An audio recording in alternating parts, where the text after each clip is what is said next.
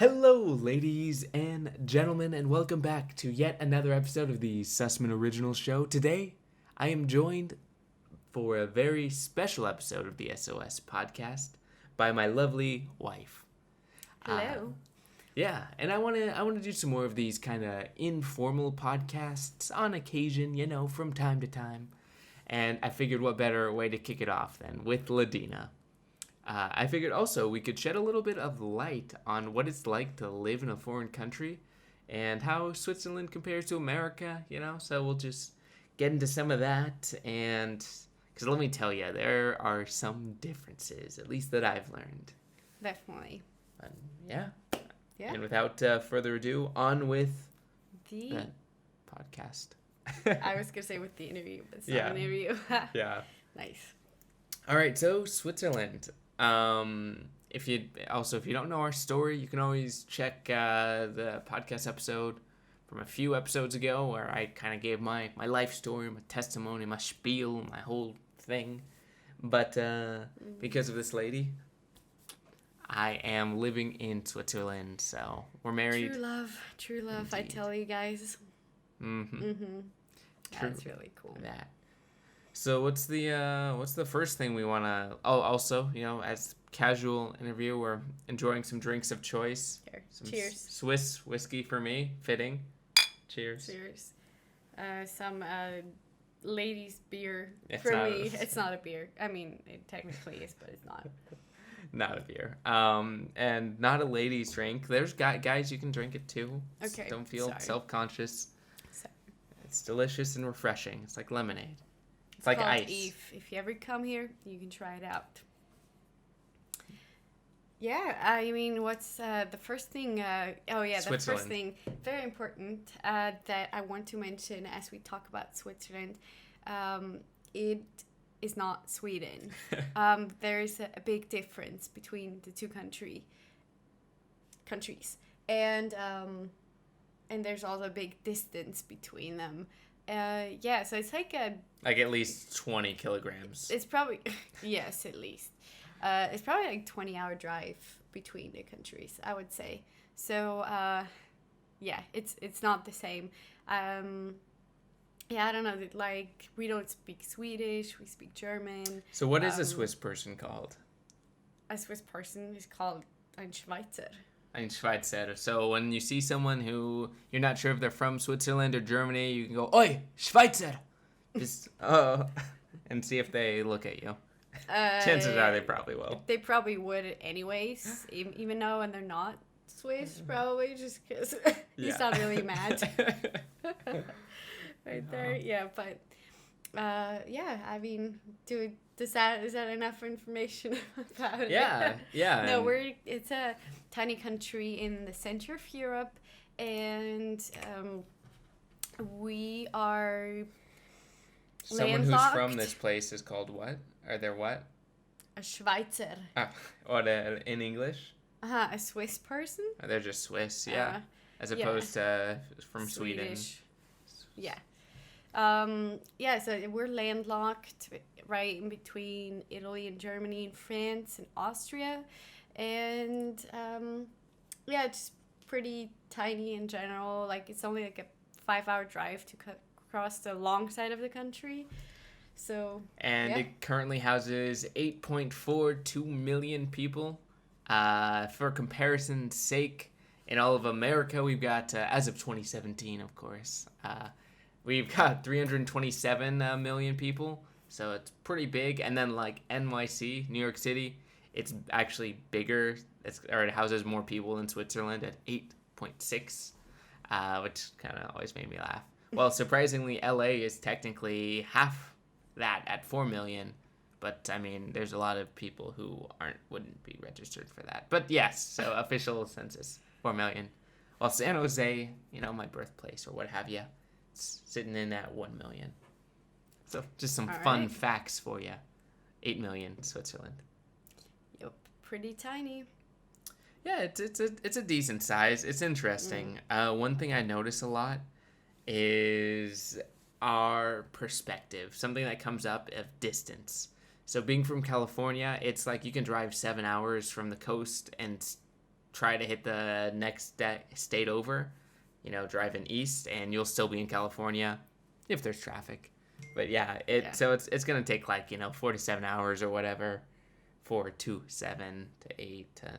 I don't even know. It changes so much with traffic and what have you. But California is a really big place. If you want to go from the Bay Area to LA, that's a 7-hour drive, and we would do that from time to time when she would visit. And so for me, it's it's a thing, but it's not really that big of a deal. Yeah. But then coming to Switzerland, it's 4 hours and you're out of the country. We actually noticed having a lot of discussions about that because he wants to do something or go somewhere. I'm like, no, you can't do that. That's a 2-hour drive, and then 2 hours back. That's a 4-hour drive on one day. That's stupid. Perfect. Or for a he Friday. wants to go to Germany for one day, and for us it's you don't do that.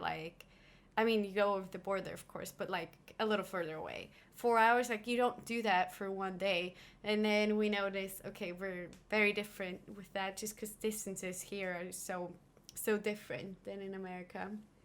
Yeah, and I feel like part of that might come from obviously it's cultural, but it might also come from the fact that it wasn't very easy to travel far for a very long time, and I feel like Europe's history or whatnot. So if you were going somewhere, even to the fact that you've got other cities where their own almost little kingdoms or whatnot. Yeah, that's true. Back in the day, so it was you didn't just even travel that within an hour's distance or whatever. I feel wasn't that crazy, and so that's kind of carried over, and you see that with moving as well. People don't really move away, even that far away. For us, it's pretty common in America to maybe get married or something. Maybe you move an hour away, maybe you move a couple hours away, you move a state away, maybe you move to the other side of the country, and it's not that crazy.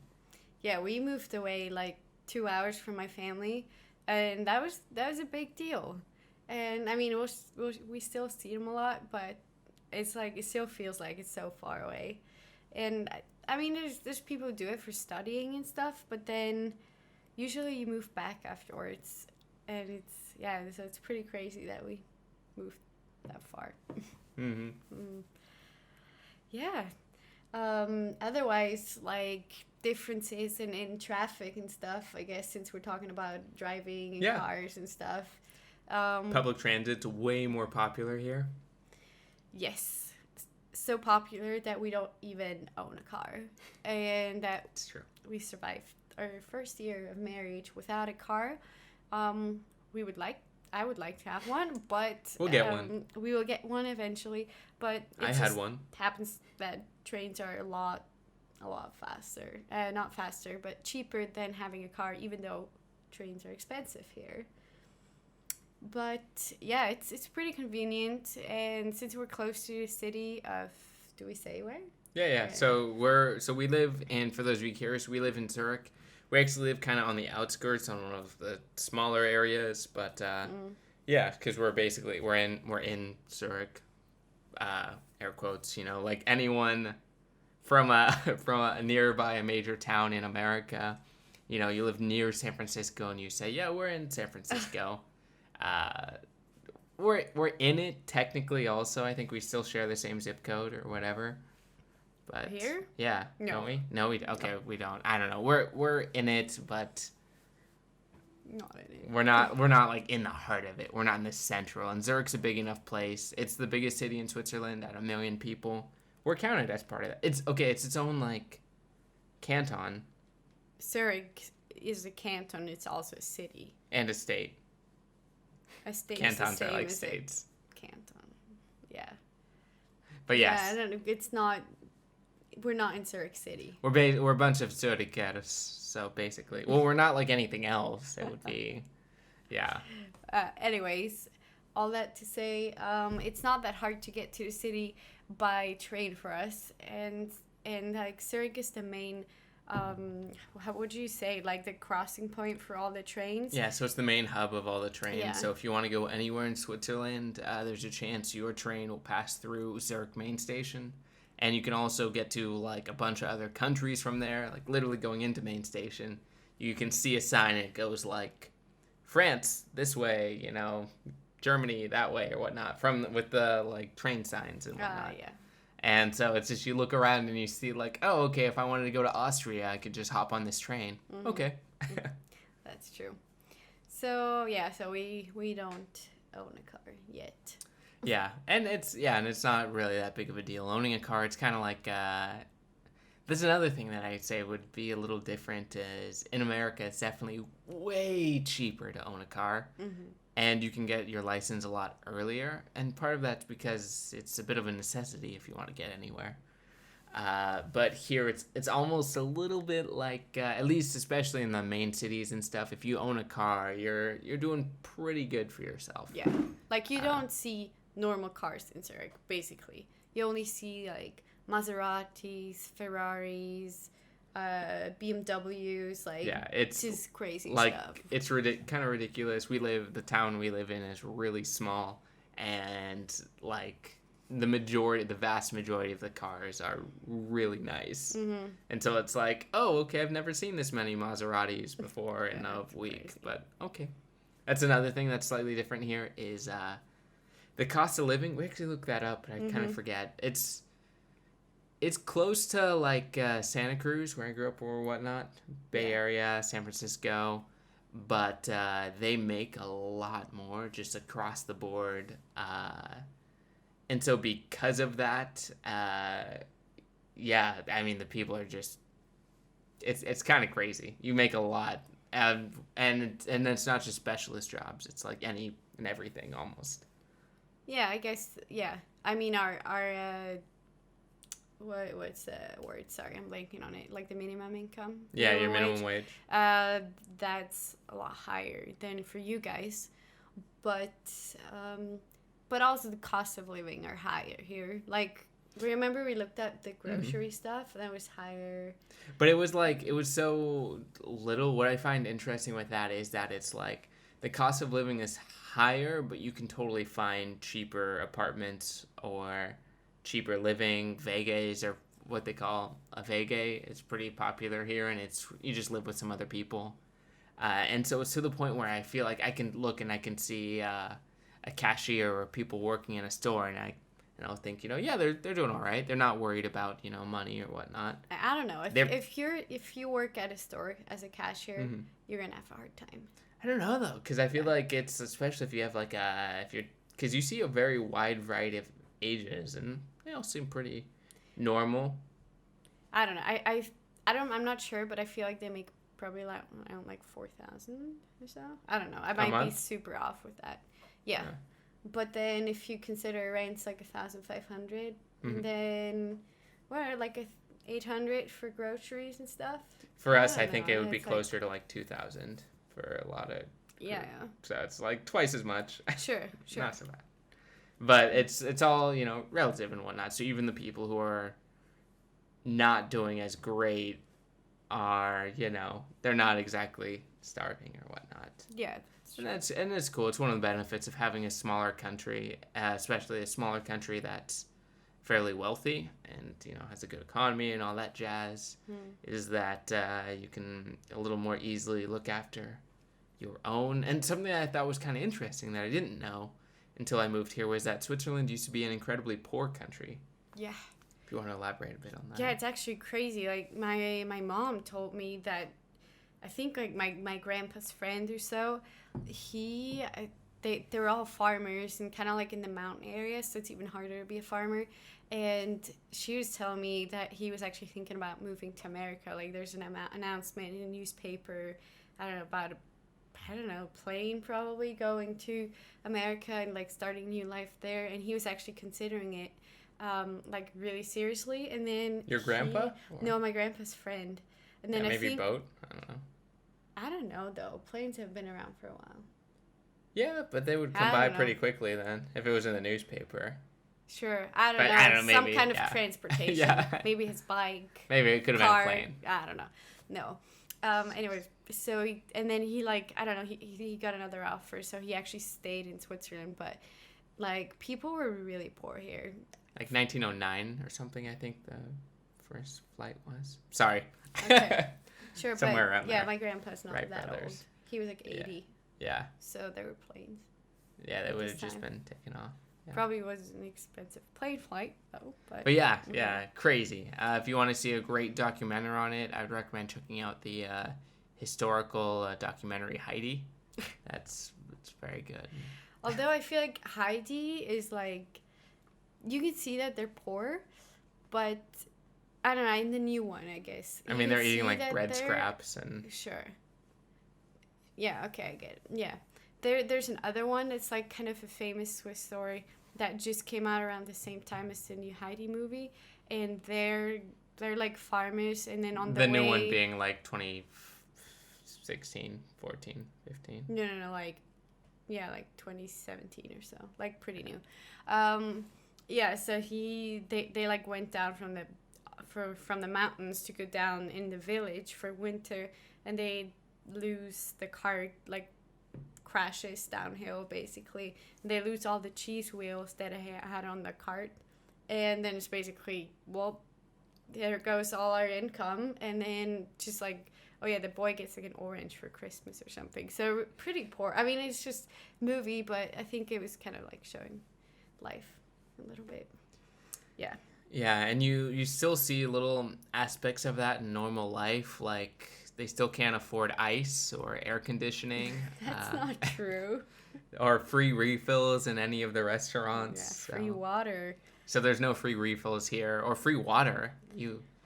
One little thing, it's probably more of a Europe thing, but whenever you get water, they ask if you want it with gas or without. And it's basically like carbonated. I never thought about that. We never get asked about that in America. No, it's just, you always get table water. Do you even have carbonated water? Yeah, we have San Pellegrino and stuff. It's basically... Which is European. But San Pellegrino for us is like it's the carbonated like water brand, and then here it's like not at all, like I don't know, because everyone drinks so much of it. It's, I guess you have a lot more brands and stuff. Yeah, at the store you just got from the same brand. You got 2 options, and you choose whatever you want. Yeah, so that one still throws me through a loop because it's like it's water. You gotta provide water for the starving, thirsty people. Yeah. And then the no ice thing is like awesome. It's one of those things that you don't really think about until you realize that, wait a second, that's not a thing here. And then you're like looking up recipes online, and you don't realize you don't have ice until you look in the fridge or whatever. When we don't have like the fridges you guys picture right now, so they're like half of your American door fridges. Probably. Like they're not 2 doors. There's only 1 door, and then there's no like water faucet on it and no ice making thing. There's a reason why we say like everything's bigger in America or whatnot, because we don't, as Americans at least, we don't realize it. But yeah, there's an element of truth to that. Bigger country, more space, bigger fridges. We got ice and all that jazz in our refrigerators. It's really nice. But yeah, and like... You never even use that ice. Well, and so we have the ice trays, which are like, whatever, it's fine. Because it's not worth it. It's like, I don't want to, crack it open, fill it up, and then put it back in the freezer all for like 3 ice cubes. Though. It's nice having the option, though, You never use the like ice. A whiskey on the rocks, or like you can make a smoothie with it. Oh, a smoothie. Also, speaking of differences, there's not really... Takeaway isn't really a thing. I'm saying takeaway because that's what they call it, but takeout, like, if you're going to a restaurant and you didn't finish your meal, you can't really get a box. And I mean, you can, but it's not a normal thing. It's getting more common, though. It's perhaps. We're out. No, we're fine. What we mentioned was that the computer fell asleep. I see it's flashing. Oh, okay. Yeah, it's total side note, but my computer's been falling asleep randomly, and it looks like this recording's still going, though, and I think last time it was fine. Anyways, yeah, so takeout is getting slightly more popular, but still. Mm-hmm. I don't mind asking because whatever, but... Yeah, I think it's fine. They're okay with it, I think. Mm-hmm. Yeah. Yeah, oh yeah. No, I feel fine about it. They better be okay with it. Well, we paid for it. Yeah, it's my food. No, it's cool. And then like let's talk a little bit about the wonderful Swiss cuisine. What do you have to offer? We love Oui. bread and cheese. Side note, they bread love and cheese. love bread and cheese. And bread and cheese and cheese and bread. Yes. And bread and cheese. Yeah, all of the above. Those are their three main food groups: are bread, cheese, and cheesy cheese. bread. That's pretty much. Yeah. No, I mean you guys will probably know like the standard stuff like fondue and raclette. I don't know. Nobody knows raclette. No one. Oh, sorry. Sad. Except the you, better. you person listening. You. Thank you for recognizing the glory that is raclette. Yeah, it's pretty good. Would you like to explain it? Yeah. So you got this little, see I'm getting tricky there, but you got this little like oven thing, and then you have a tiny pan where you put in the cheese, and then you put it in the oven, and it's gonna melt your cheese. People are picturing like an easy bake oven right now. I don't know what that is. I picture it's not that melted sort of thin sliced cheese, and picture that melted. All right, so then you put it over some sliced potatoes. And then you can eat like bacon with it, or chicken, or mushrooms, or whatever you want. And then you just eat that, and it's awesome. It's really good. So basically, they have this like little grill thing, and it's like a rectangular. Now everyone's gonna skillet. think about the roast thing. No, it's fine. It's a rectangular. Just think of like a rectangular, skinny cast iron rectangle, about the width of a hand and the length of two hands, touching fingertip to fingertip. Universal language. Maybe 3 hands lengthwise. It's pretty long. And, there's some little heating coils under it to heat it up. And then the space between the heating coils and the griddle thing, you have these little square trays. So you picture it's a square about the size of a cheese square, like a cheddar cheese. And there's a handle on this little square tray. So you put the cheese square on the cheese square tray. And then you put the whole tray under the griddle in between the heating coils. Or sometimes it's like little candles or whatever. And that just heats up the cheese. And eventually it starts to, like bubble a little bit. Maybe you put some spices on it or something before. And then when the cheese is thoroughly soft, but not like a puddle, it's a, like just before it gets all puddly, you pull the tray out, and then you use your little raclette shovel. Basically it's like a little plastic shovel that's as wide as your cheese tray, and you scoop that off onto your potatoes. And delicious. Your house will smell like cheese for like the next week. But it's really good. Delicious. Yes. Even, one might say. I would say it. And the difference from that to fondue is that fondue is like a huge pot with melted cheese, and you dip in your bread with like a long stretched out fork. We do fondue. But for those of you who may not. No, not everyone, I'm sure, does it. I don't know. Sure, there's places in Kentucky. I've actually been asked that. Like, what's the difference between raclette and fondue? So those are like traditional meals. But then in general, we like to do like bread dinners, which is just bread. And then you have some like deli meat, but it's like smoked deli meat. It's actually pretty good. And then cheese on the bread. That's like, for my family, that was like the standard dinner every night. We used to call it an Italian meal or whatnot, where it's just, like the cheese slices and the meat slices and what have you. For them, lunch is the biggest meal of the day, pretty much, whereas for us it's more like dinner. I actually keep forgetting that because I keep like sort of skipping lunch-ish. I mean, it's a brunch. It's a brunch, okay? It's a very late breakfast comboed with lunch. So I'm not one to just skip meals willy-nilly anymore. Those days are over. Mm-hmm. But while we're on the game train right now. Yeah. Yeah, but and then like bread is not like the square toast. Oh thingy. yeah, we call that. So we call that bread toast. American actually. white bread, basically. Picture. That's toast for us. Even if it's not toasted, it's called toast here.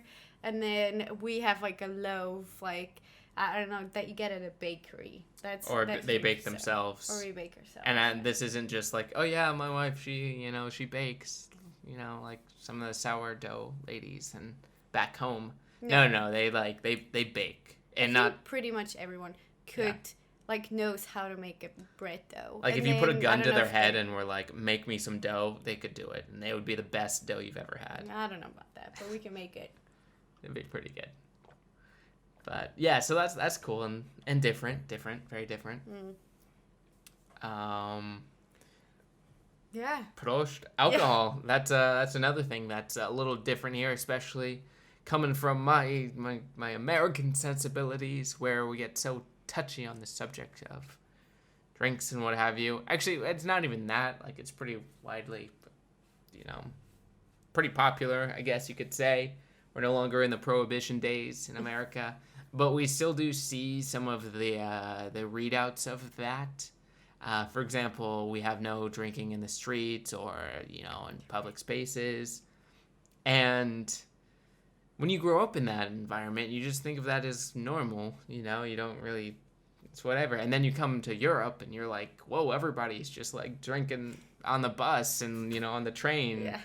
And like in the mothers and grandmas and it's not like the wasted everyone. It's not like you look at the person and you're like, okay, you're going downhill. But it's like, no, it's just getting home from work, having a beer with me, or and you can drink you can drink beer and wine by the age of 16, and then hard liquor when you're 18. So that's a little different too. It's actually really funny because I was in America on my 21st birthday. Oh, yeah. And everyone's like, wow, you can drink now. And I'm like, yeah, thank you. I've been able to drink for 5 years.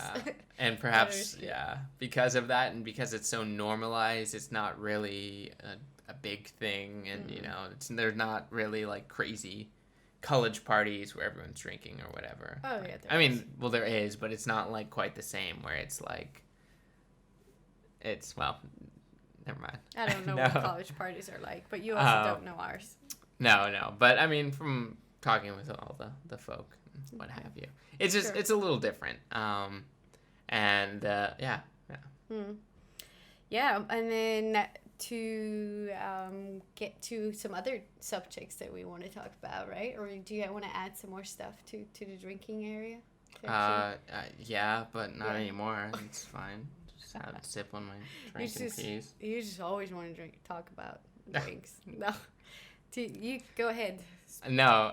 Let it go. Yeah, so also about no, it's fine. I forgot what I was going to say anyways. Sorry. So, another thing about Switzerland is that they have some really delicious whiskey. And no, they've got 4 languages, which is kind of fun. I was going to pick that one. Yeah, oh well. Yeah, so what are they? English, Pig Latin, German, and... What is Pig Latin? I was trying to think Latin and normal Latin too. No, Pig Latin, Uye, Noke, Igpe, Let's Adenle. stick to the languages of Switzerland. It took me far too long. Pig Latin, it's a thing. Okay. It's I can't spoil the secrets, but it's a secret language that only 200 IQ people know. Yeah, so. Okay, all right. No, Switzerland's 4 languages are German, you got French, you got Italian, you got Romansh, and you got English, I guess? That's 5. You only need to count to 4. No, I didn't do the 5th. Is English one of your 4 languages? No. So it's Swiss German then? No, German. Yeah, so I said German, French, Italian, Romansh. Romansh. Okay, you see why stream podcast, you guys, listeners at home, You can't see, but right now I have my pinky lowered because they have, when I was counting to 4, they have turned me into one of them. No, I ever don't so do slightly. that. That's what you guys do. I can't even No, do this. we That's do 4 our for main us. fingers, and then 4 is the last finger. Yeah, for us too. 1, Yeah, we don't 2, count with the thumb first. 3, the thumb is the last 4, finger. 5. What? That's 6. No, What? we go 1, 2, 3, 4, 5. Yeah, 1, 2. No. You 3, did the thumb right there. 4, Wait. 5. Which one? Do Oh, one. 5. Yeah, great. 1. Yeah, see, that's a thumb. We start with a pointer. No, yeah, I know, but we start 2, with the 3, thumb. 4. I know. We're doing it the right way. That's what I know. Because we started counting first. I don't know. I'm pretty sure America's been along far before Switzerland. Yeah. We have the oldest What about this old Greeks? constitution. What? Just spouting random facts that I've read recently. But anyways, to say governing document that still applies.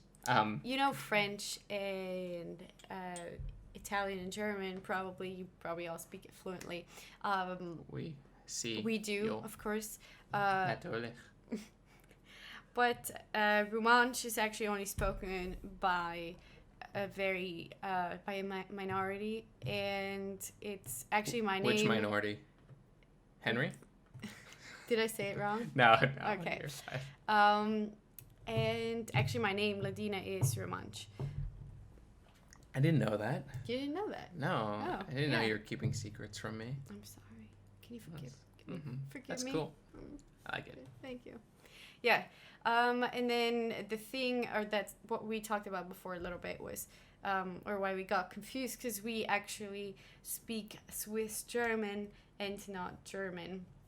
I mean, we speak German too, but okay, let's just clear it. Yeah, do you want to say it? Yeah, so you've got their 4 languages, and one thing that's also kind of interesting about Switzerland, at least from an outsider's perspective, is that the different regions in Switzerland speak different languages, basically. By and large, it's German-speaking, officially. By and large, it's German-speaking, and then the part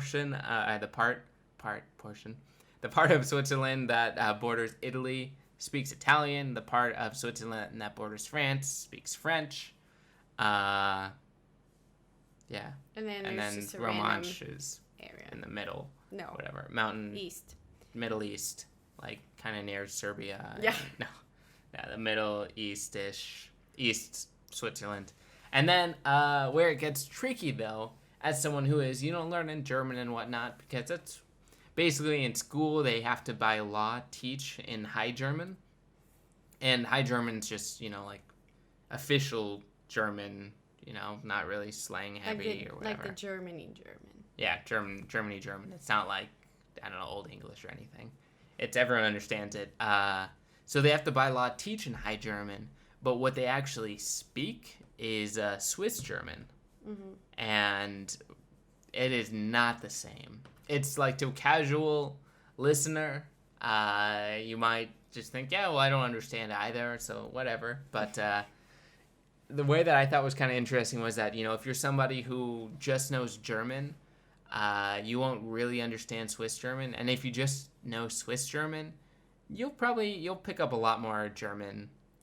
But it's still like... I wonder if you'd actually pick up German, or if it's more like, because we all grew up with it, that we actually do just understand German. And what gets tricky about Swiss German is that because it's not an official language, it varies slightly in every region. So different places... Slightly or a lot. Or a lot, yeah, depending on how far away you go. And so they'll use different words, like in German, the number 5 would be 5. You would say... 5. And in Zurich, they would say 5. And the Swiss, even though it's such a tiny country and they're all, basically neighbors, they get really offended when you... We love our dialect. Yeah. And basically everyone thinks... And every other dialect is the worst thing ever to grace human ears. That's not true. I have some that I like, but the one from Zurich is generally not liked.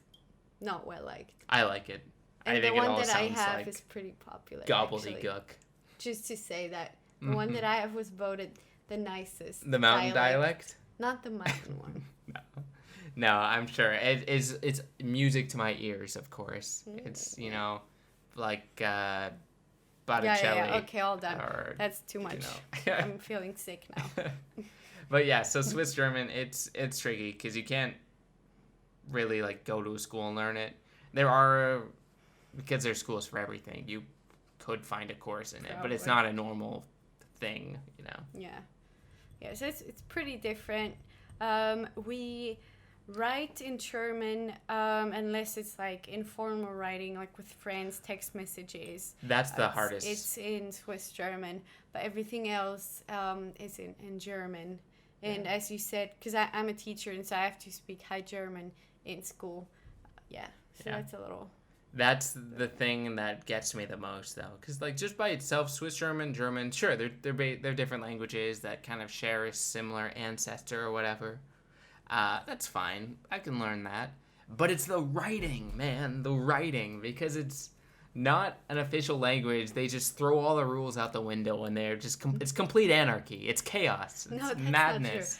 Okay, they leave out all the vowels. Okay, they do only vowels. It's just Hold on. He's messing it up. That's not okay. He's messing with my favorite language. Okay. It's not that messy. You don't really, picture it. You have a language you can write in, and there's not really a rule to how you write it, okay? You can just be like, does it have 2 L's or Anarchy. not? I don't care. They will understand me. So you just kind of write. But it's all kind of leaned on... Do I need vowels in this? Nah, That's not today. That's true, but you can choose which vowel you want to use, of course. No, it's just some stuff is a little less strict. So that's a nice part about Swiss German. But then you can't, like... It's all kind of like leaned on, like German writing. Does I say leaned on? It all comes from. Yeah. But yeah, we love it. It's pretty cool. Yeah.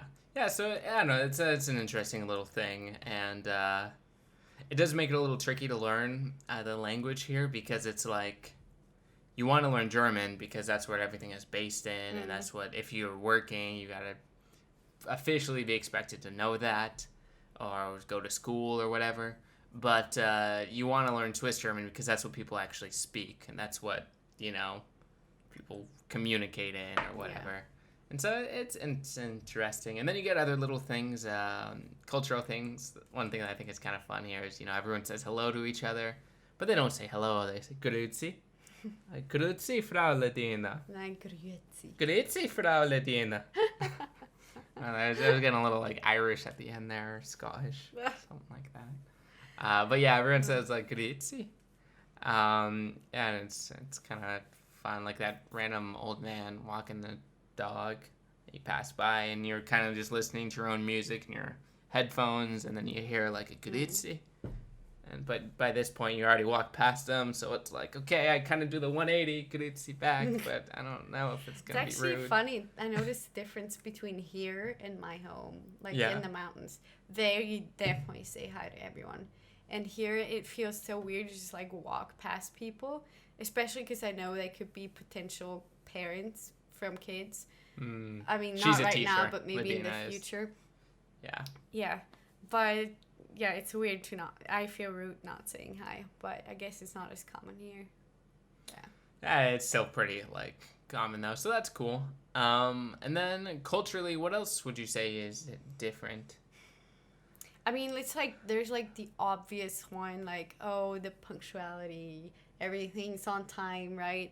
So our trains, they leave. If they leave at 1:45, they leave at 1:45. Like, that's pretty different. And then that kind of goes into, I guess, social life. Like, if you say we're gonna meet at 2, then you want to be there at 2, because it's considered to be rude. Like, it's considered rude to be late, or to be a no-show, to just flake. Yeah. Okay, that's like, I don't know. That's one thing that gets me sometimes. Ladina rant coming in. But what? No, carry on. That gets me when I'm in America and everyone's like, yeah, let's do this. And wow, that sounds awesome. Yeah, let's do that next week. And then, like, by now I know it might not happen. But in the beginning, that was, like, kind of weird. Now, sometimes it's nice when you don't really want to do it. You're like, yeah, but it might not happen. But when it's something nice, it's like, oh, that's sad. I wanted to do that. We don't really cancel stuff. I mean, it happens sometimes, but you feel bad about that. Yeah. Oh, I just remembered something else that, like, I still have the hardest time. Whenever you're at, like, a social gathering, you should say hello to, like, all the people. Mm-hmm. And when you leave, you should say bye to everyone. And it's like, I don't know, it's really difficult for me. And I'm not an antisocial person, you know, I'm an extrovert, and I like saying hi to people, and I'll say hi to the people I know, introduce myself throughout the course of the event to the people I don't know. But it's like, and like at BJJ, I do Brazilian Jiu-Jitsu, and it's an awesome place. And so it's just like, I recognize culturally that I should probably go and say hello to everyone once I enter. But then it's, you know, because people are rolling, and if everyone's lined up or whatever, sure, it's no problem, or just sitting around. But if some people are rolling, then it's like, I don't know, do I stop the roll and like high five them? Do you just like wait for the eye contact? Do you go around them and say hey to everyone else? I don't know if you're expected to say hi to everyone there. It's a cultural thing. Everyone, if you notice, I don't feel that. And it depends, you know. Some days it's looser, but sometimes it's just like I have this internal conflict, this strife that's tearing me apart, basically. But I don't get it there as much. But no, it's not so bad for you, but yeah, so that's different.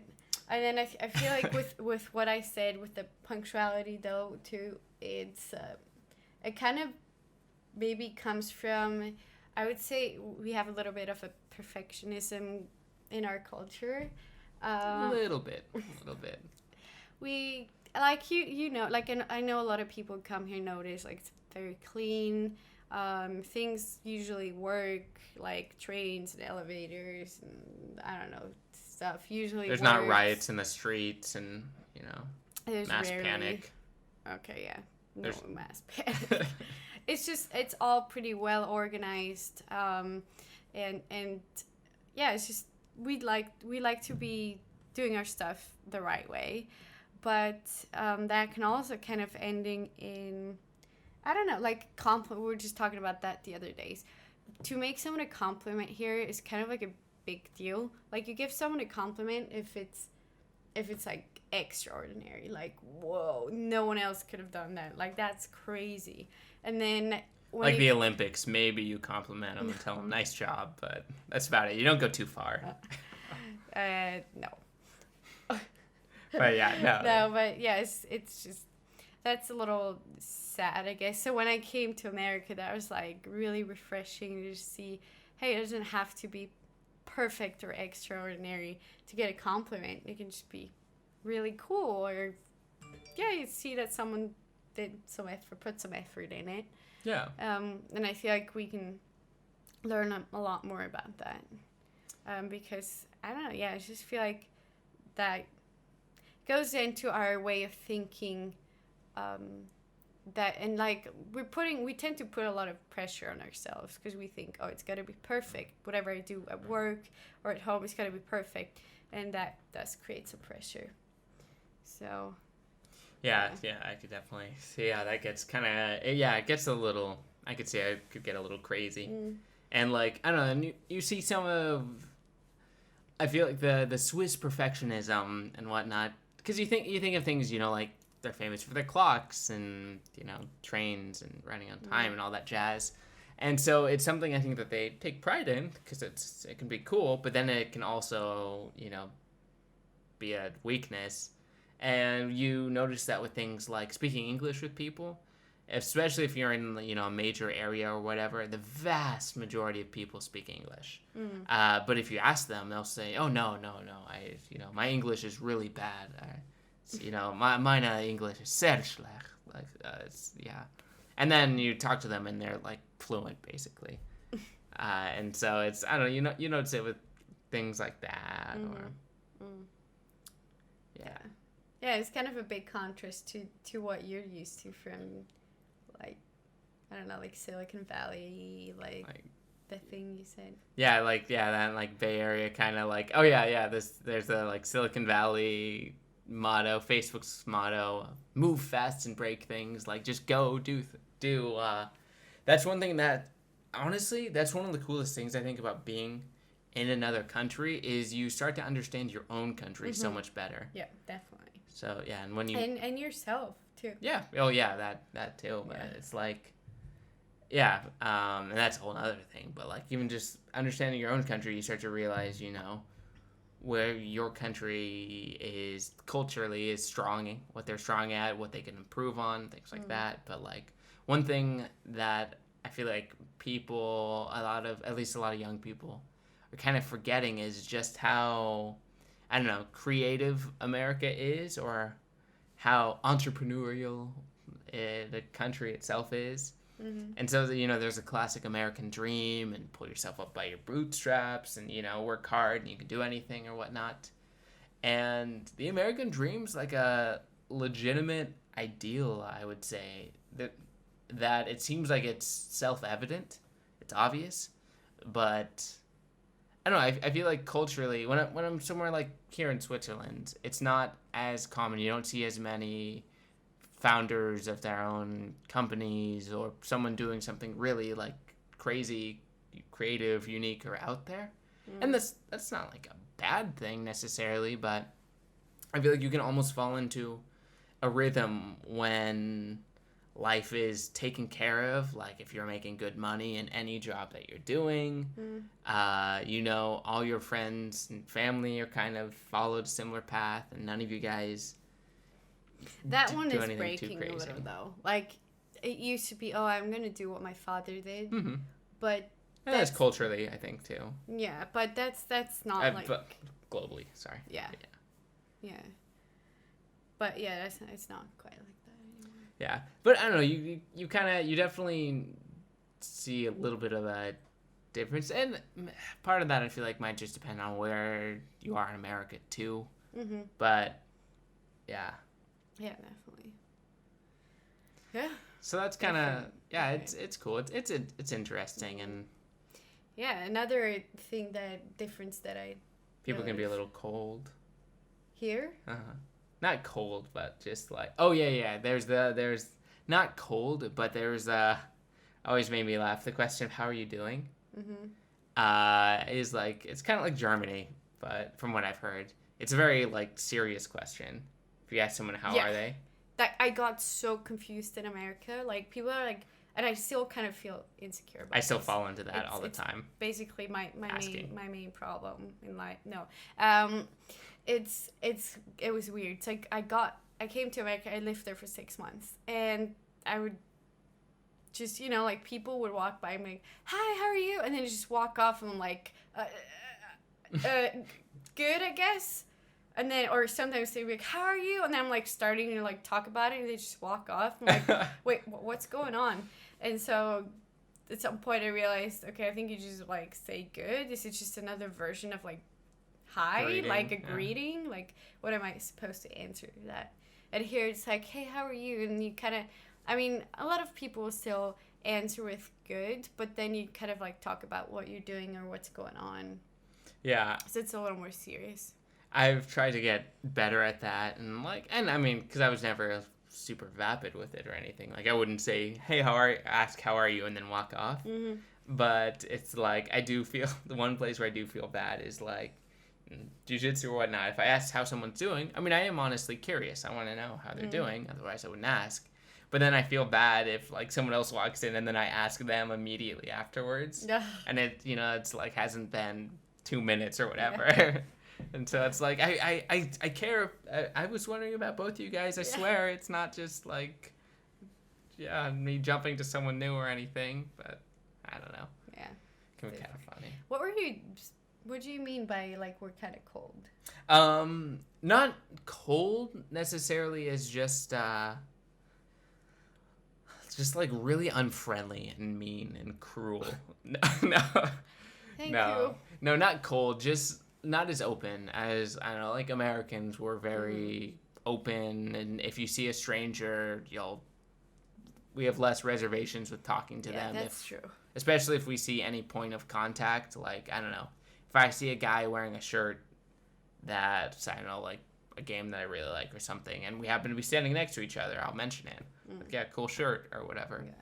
Yeah. The best example for that one. Do you remember when we were in San Francisco and we crossed the street and then there's like the bike lane and I didn't realize that we didn't make it over the street yet. So I just kind of walked into the bike lane and there's the lady on a bike was coming like pretty fast and you're like, watch out, and like pulling me back.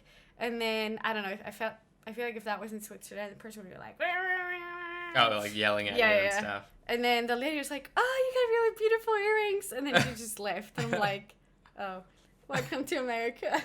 Yeah, it's just, it can kind of. Yeah, well, I mean, it was pretty awesome. Yeah, yeah, that's funny. How did she even like notice? Right, she's going so fast. But yeah. Yeah, so. And you guys, I think you guys are more. You get more excited about things. Like sometimes people here are like, yeah, Americans should find everything amazing and like awesome, but I feel like it's coming from the heart usually, and I really appreciate that. Like you guys, I don't know, you just show your emotions, and I guess we don't do that as much, and maybe that's also what you mean a little bit with like yeah, it's just like when you first meet someone or whatever, or even if you don't know them and you're just there or whatever, it's but it still doesn't mean that we don't have feelings. We have feelings, but we just don't express them. I've seen them. What are you trying to say? Yeah, no. Like that I cry like once a week or so, and it's nothing bad. It just happens with me. No, it's cool though. And then, another fun one. That just a slight difference. Because I feel like there's multiple levels when it comes to cultural differences too, and some of it's just literally where the country is located, how old it is, what their history was like. So an example of that would be the cars and streets. So the streets here were not made for cars. They existed long before the cars. I would have agreed on that before we went to Italy. Yeah, well, Italy's worse. That doesn't mean that other places aren't worse. But yeah, so there are worse places, but a lot of Europe is like that. But you'll come across that. You will definitely come across that in certain places in Switzerland are particularly bad. And yeah, it's fine. And so for us as an American, it's like it stands out all the more so because, especially the more you go west, the newer it is basically in America. Yeah. And so cars have basically existed for a huge portion of our history now. Well, I don't know about huge, but at least for California's history. And so you notice that the streets are a lot narrower, and maybe because of that in Europe, the cars are a lot smaller. But like, I get a lot nicer. Well, they're a lot more expensive. Now, I get scared even just being a passenger on some of these Swiss roads because you'll have like a mountain space right next to you and then like the cliff on the other side, and the person driving's just like, yeah, la-di-da-di-da, and you've got, like a hand, a couple inches of space or whatever. And it's just, it's I don't know. See, and I'd rather scary. drive that than on a 9-lane highway in LA or so. I don't know, that's what freaks me out. But I don't know. Yeah. We also, I do have to say, to get our driver's license, that's like probably worse than giving birth. I don't think so, but how was it last it's time pretty you bad. gave birth? It was okay actually. It went by in breeze. Oh, beautiful. Someone at school actually said, I would rather have to give birth 2 more times twice. Well, I don't Twice. know. Then pulling another wisdom teeth. I'm like, Two. what? That's really wisdom tooth, right? So I'm like, what? That's really crazy. So I went through the worst part of life, or what? Yeah, basically. Yeah, basically. I don't know. But yeah, what were you talking License? about? Yeah, license. You have to take a lot of lessons with an instructor. I personally had to take 20 lessons. And how much did those lessons cost, Ladina? And I do have to say I was pretty quick with. I didn't take many lessons. A lesson. It varies. It's about $80 to $100 per lesson. So total, I spent about $3,000 on to get my driver's license. And that's because she passed. Yeah, I passed my license. I passed my first test. And it's pretty common to have to go in twice. And if you fail, you spend even more. You have to take more lessons, and you pay for another test. So 3,000 is actually on the lower side. And then it's like, what's the price? I guess you're not buying a car because you spent all your money on the license. Yeah, and so, then there's a whole buying a car, and then parking and insurance, I feel like, are way more expensive here. Insurance also because people don't drive as much, and it's, I don't know, not as... I don't know if that's the reason. I think, I don't know, but it's just, because it's not as, common or whatever, and I don't know. But yeah, so it's kind of... Just because they can, I think. Yeah, because they can. People are, earning more money, in theory. And then, there's other things, like school is completely different. I mean, I get a headache every time trying to just think about how your guys' school system works. What? Oh, because the entire system, yeah. Primary school and secondary school and apprenticeship. I would say it's all the same up to, 8th grade. It's all the same until, you almost become a teenager. It's all the same until you're a preteen or until whatever. It matters. It's all the same until it starts mattering. But yeah, so basically you can do the normal high school, university kind of deal that you do, and then you can also be I don't like school that much. I'm more like a practical worker, and then you do an apprenticeship after 9th grade. And it's 2 days of school, 3 days of work where you actually work at a company. And you get paid a little bit. It's I don't know, I would say $800. It depends on the job you do, of course, but $800 a month or so.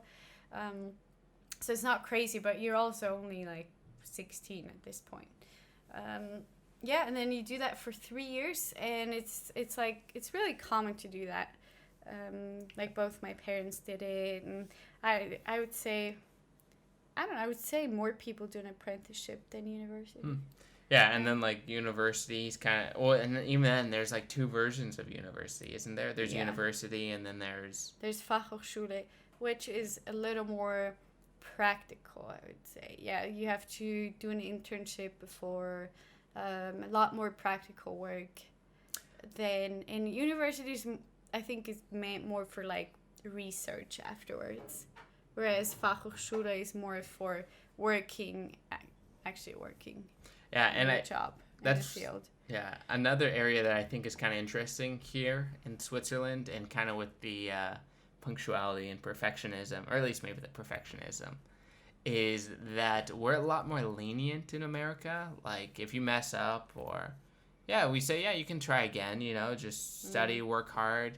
Here it's if you fail your exam, or if you fail 3 classes in university, or... University, if you can always retake a test, but if you fail 2 tests after retaking it, then they kick you out, and you can your whole university. And no, not, I think the field. I mean, and the whole 4 years or whatever, if you fail 2 retests. Yeah, you just kicked out, and you can never study this again. You're just not made for it, basically, is what they're saying. It's kind of brutal. It's just okay, well, I hope you really study. Yeah, that's true. That's kind of crazy. I don't know. It just blows my mind that you could be in your last year. But you do have to say that getting into university here is not a big deal. You just sign up and you're in it. And there's they have no application process or anything. You don't have to have certain grades. You just need to finish high school, and then you can go anywhere. So that maybe that, like, it's not filtered through it. And that's one area that I think is kind of interesting. Like, I guess, like ETH here, ETH, in Zurich. It's like, I would say, I feel like it's one of the hardest schools in the world. I mean, it's not like insane, but, reasonably, like, difficult. It's a very, very difficult school. And the reason is because pretty much anyone can get in. So they're only and because schools like that are, the majority of schools here, unless it's a private school, are basically free. It's like a couple hundred. Yeah, like $800 a semester. Yeah, super cheap for a world class. I mean, this would be like an Ivy League school or whatever. ETH, super prominent, and so because it's not self-selective through having to have enough money or good enough grades, the way they whittle down all their students is through sheer but it's difficulty. It's after the first year you have to take tests, and those tests are really hard, and then they kick out, I don't know, like half their students or so, like a lot of students, and then it's harder, it's a little more rare to fail the other tests. But like we still know people. We know people, roommates yeah, and whatnot. Yeah. And so it's, I don't know, and that like always just blows my mind that you could be in your last year of school and then fail a retest and sorry, guess you don't get to be a doctor anymore. Yeah. It doesn't matter if that was your life dream. Better move to like Ethiopia or something. I mean, if it's like your fourth year and you fail that, but you already have your bachelor's degree, you're not gonna lose that. Yeah, well, and then you guys have it a little different. Like for us, 4 years is for bachelor's. Yeah, typically. for us 3 years and then 2 years for master's. Yeah, so it's kind of interesting, just things like that, and so people generally have an idea of the direction they want to go in because of the way that the school system is structured at a much younger age. Because then it's, if you have an idea of where you want to work, then by the time you're in high school, if you choose apprenticeship, you're already working in that field by high school. And so it's you basically got to know when you're like 13. Yeah, so it's kind of crazier. But then, and banking, like, is really huge here, and so that's kind of, I feel like it's kind of I don't know what I want to do, but I know bankers make a lot of money, and... I don't know, though. I think the most common apprenticeship is, like an office office work kind of thing. Yeah. It's really common. You can work at hundreds, thousands of different places, Yeah. I think that's the most common, and you just say it's a good base, even though you don't want to stick to it after. Yeah. And I'm sure there's people interested in banking and things like that too. Don't get me wrong. Yeah. But, and the cool thing though is that even though if you decide on an apprenticeship, you're not like stuck with it forever and like, well, guess what? You didn't do high school, now you're gonna be stuck with it.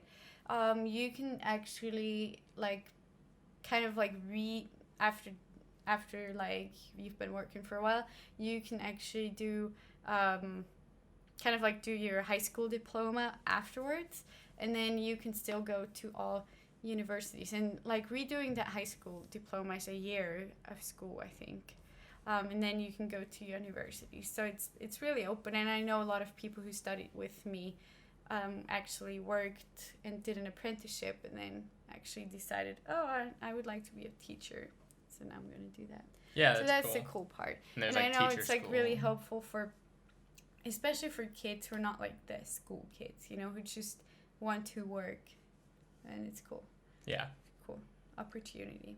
Yeah, so it's just, a slightly different way of doing things, but it's also, it has its own merits and its own strengths, and so it's cool. It's definitely, we can learn a thing or two from that system, like the emphasis on trades and what have you.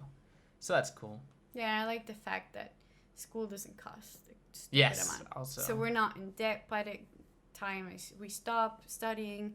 Plus, if you don't have the money, it's not like something that's exclusive for people who actually have the money. Yeah, so that's cool. And then like speaking of like school and stuff,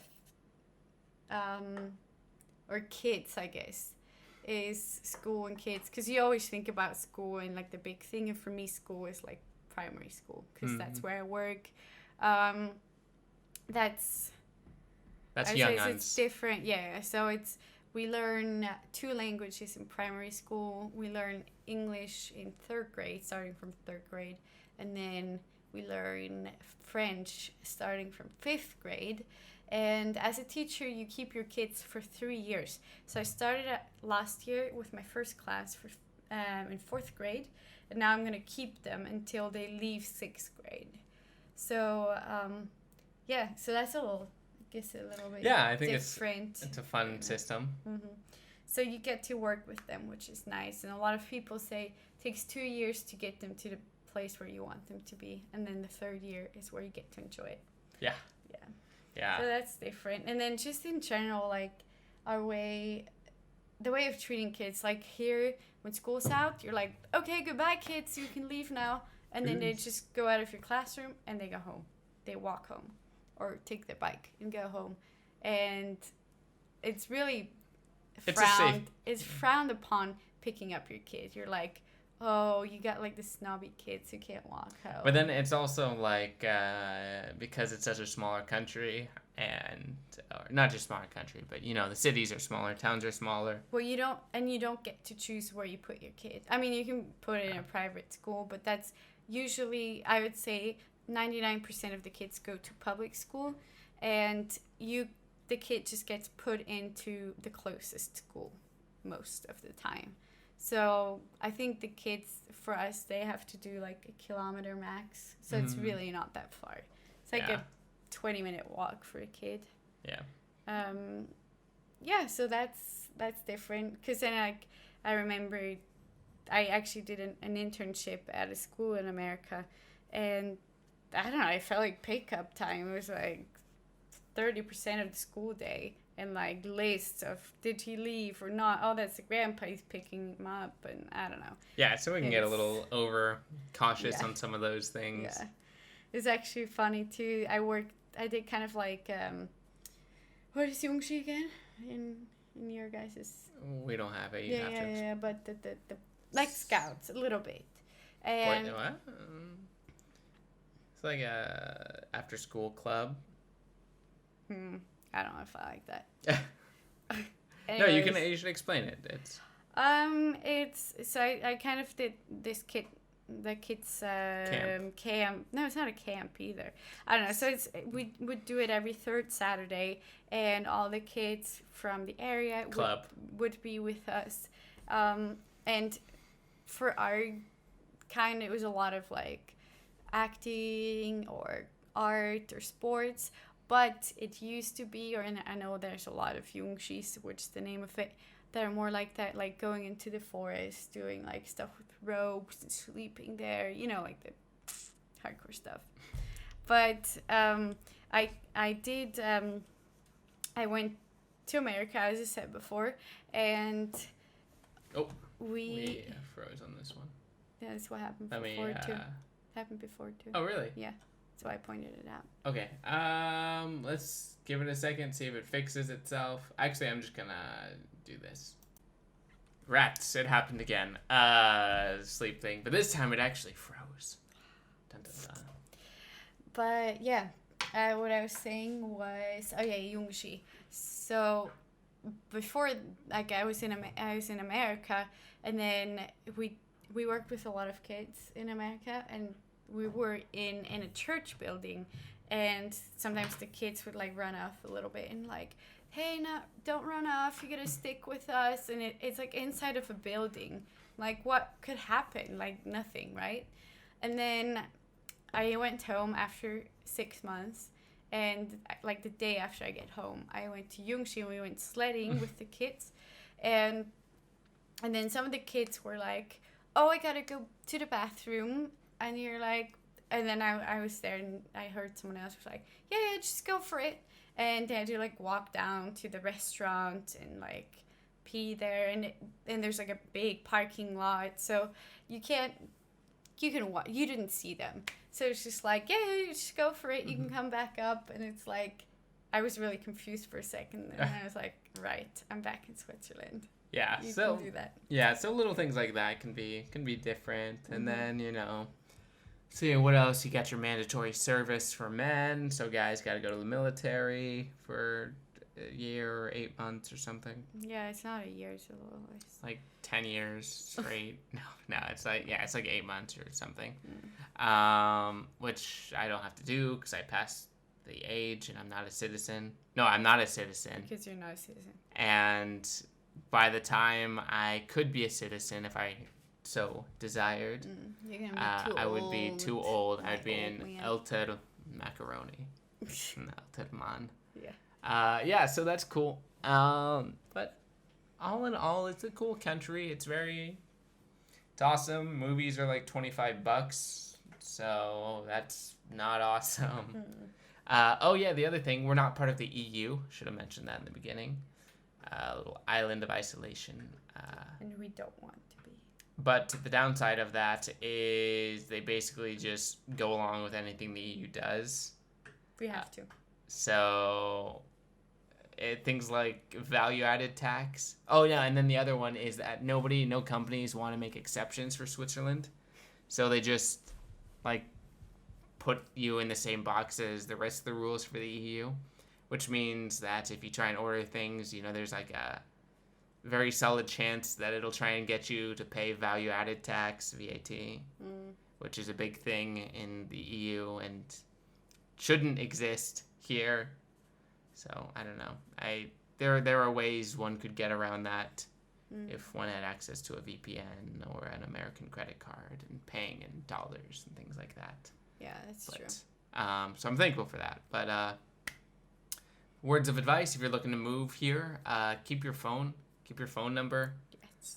Your bank account. And your bank account. So keep the bank account, keep the number, because that American card, if you're from America, will come in handy when you're trying to pay online and some website. Even little things like, say you're buying a gift for someone's registry for a wedding, and so you're paying in an American company, they're gonna want that. And then the American phone number is because there's just all sorts of things, but because different countries have different phone numbers, and like Swiss phone numbers are like 9 characters long or something. 3, 3, and 4. Yeah. 10. So you won't be able to put that. You literally won't be able to put that on their most online forms and stuff because it'll be like too long. We don't recognize it. So plus, things. whenever you create an account, which you basically have to do anywhere, password recovery. You usually do like your phone number so you can recover your password, right?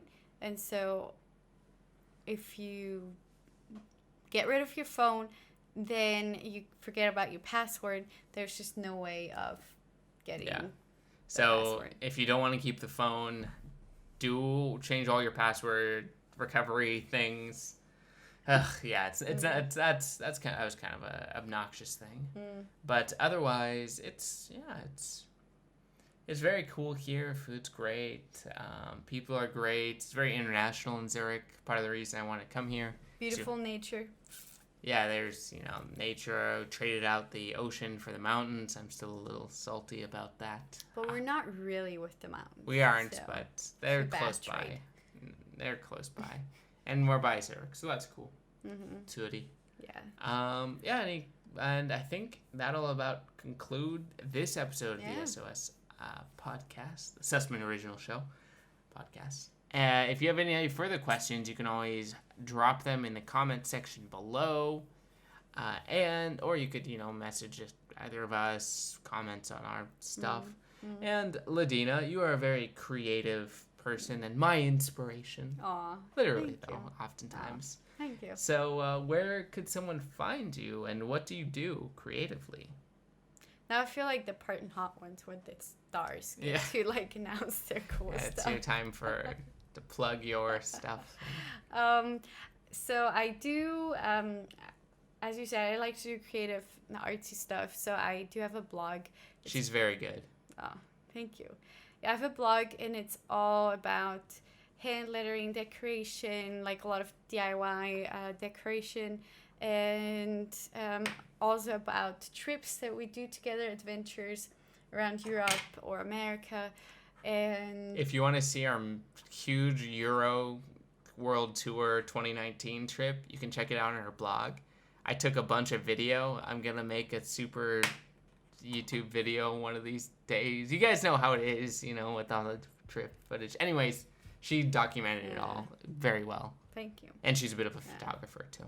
Thank you. Yeah, I like to take pictures. And also I did some cooking stuff on there as well.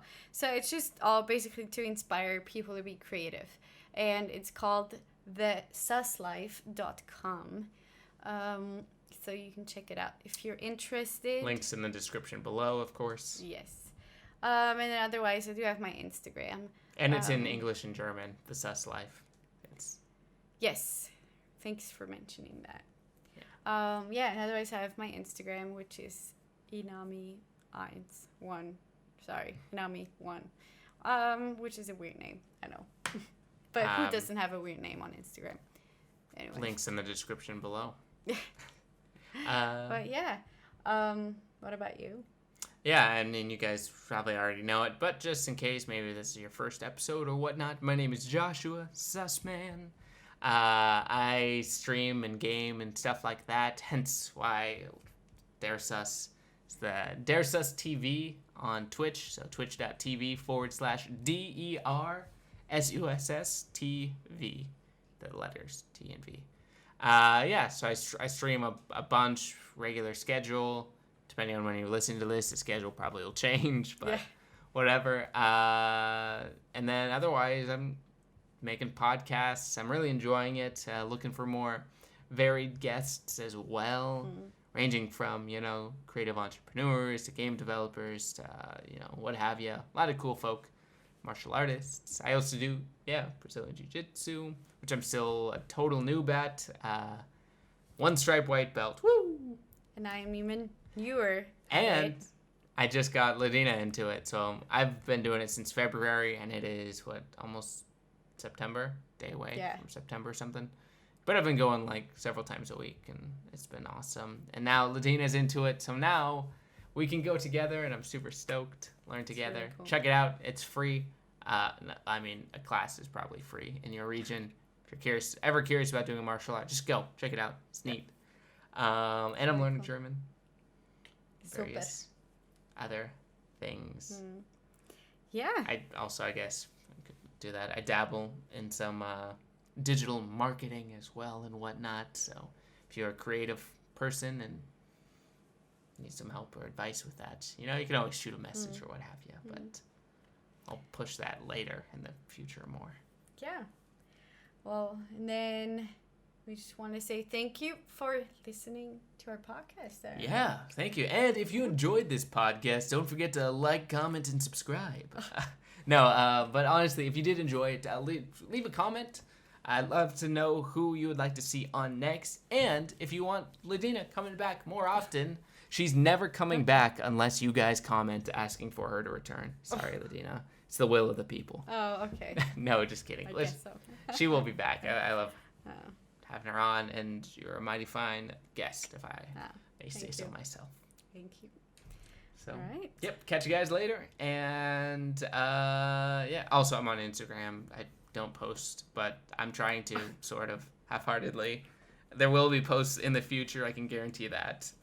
Just maybe not super regularly, but eventually, maybe. All right. Catch you guys later. Bye. Bye. Joshua Sussman, Instagram. Bye.